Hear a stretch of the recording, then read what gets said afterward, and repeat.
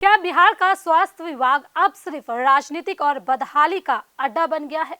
आदाब, नमस्कार। आप देख रहे हैं मंथन टुडे। मैं हूं आपके साथ उज़मा।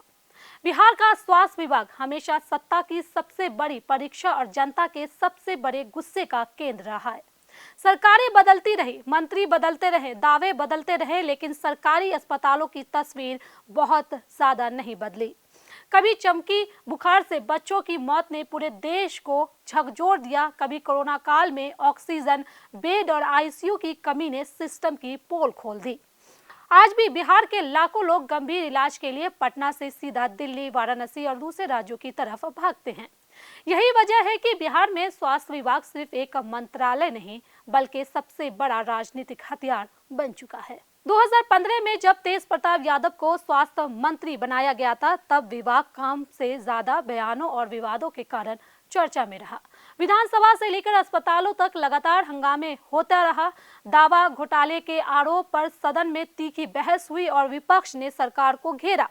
फिर 2017 में सत्ता बदली और बीजेपी नेता मंगल पांडे को स्वास्थ्य मंत्रालय मिला। शुरुआत में बड़े सुधारों के दावे किए गए, लेकिन कुछ ही वर्षों में कोरोना महामारी ने पूरे सिस्टम की असल हालात सामने ला दी। अस्पतालों में बेड नहीं थे, ऑक्सीजन के लिए लोग भटक रहे थे, एम्बुलेंस संकट था और मरीज इलाज के लिए दर दर घूम रहे थे। विपक्ष लगातार आरोप लगाता रहा कि स्वास्थ्य विभाग सिर्फ कागजों में चल रहा है। मंगल पांडे के कार्यकाल में कई ऐसे विवाद भी सामने आए जिन्होंने सरकार की छवि को नुकसान पहुंचाया।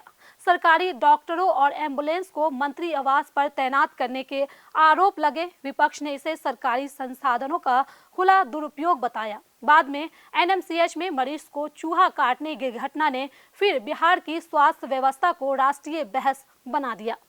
2025 में एम्बुलेंस खरीद और मेडिकल कॉलेज में भ्रष्टाचार को लेकर भी गंभीर आरोप लगे। हालात इतना खराब दिखा कि सत्ता पक्ष के विधायक तक अपनी ही सरकार पर सवाल उठाने लगे। फरवरी 2026 में बीजेपी विधायक मैथिली ठाकुर ने विधानसभा के अंदर ही स्वास्थ्य विभाग की पोल खोल दी। उन्होंने साफ कहा कि कई सरकारी अस्पतालों में ना डॉक्टर है, ना दवाइयां हैं और ना ही मशीनें काम कर रही हैं। उनका सवाल सीधा था कि गरीब मरीज आखिर इलाज कराने कहां जाएं? मंत्री के जवाब से नाराज होकर उन्होंने सदन में ही असंतोष जताया। सत्ता पक्ष के विधायक द्वारा अपनी ही सरकार के खिलाफ इस तरह खुलकर बोलना दिखाता है कि स्वास्थ्य व्यवस्था को लेकर नाराजगी कितनी गहरी है। अब 2026 में नीतीश कुमार के बेटे निशांत कुमार को स्वास्थ्य विभाग की जिम्मेदारी मिलने के बाद नया राजनीतिक तूफान खड़ा हो गया है।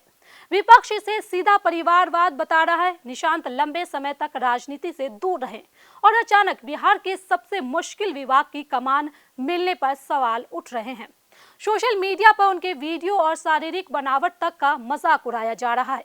कई लोग तंज कस रहे हैं कि खुद अस्वस्थ दिखते हैं, वे बिहार की बदहाल स्वास्थ्य व्यवस्था को कैसे संभालेंगे। कांग्रेस और युवा नेताओं ने भी उन पर निशाना साधा है।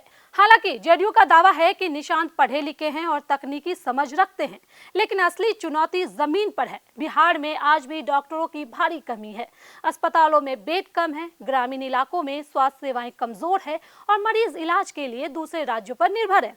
सरकार नए मेडिकल कॉलेज, एम्स विस्तार और बड़े अस्पतालों के दावे जरूर कर रही है, लेकिन जनता अब भाषण नहीं, इलाज चाहती है। बिहार में स्वास्थ्य विभागों की कुर्सी हमेशा सत्ता के लिए सबसे कठिन कुर्सी रही है, क्योंकि यहाँ गलती का असर सीधे जनता की जिंदगी और मौत पर पड़ता है। चलिए, फिलहाल इस खबर में बस इतना ही। देश दुनिया की ऐसी तमाम बड़ी खबरों के लिए बने रहे मंथन टुडे के साथ। साथ ही हमारे चैनल को लाइक करें, सब्सक्राइब करें, फॉलो करें और निष्पक्ष पत्रकारिता देखना है तो देखते रहे मंथन टुडे। बहुत बहुत शुक्रिया।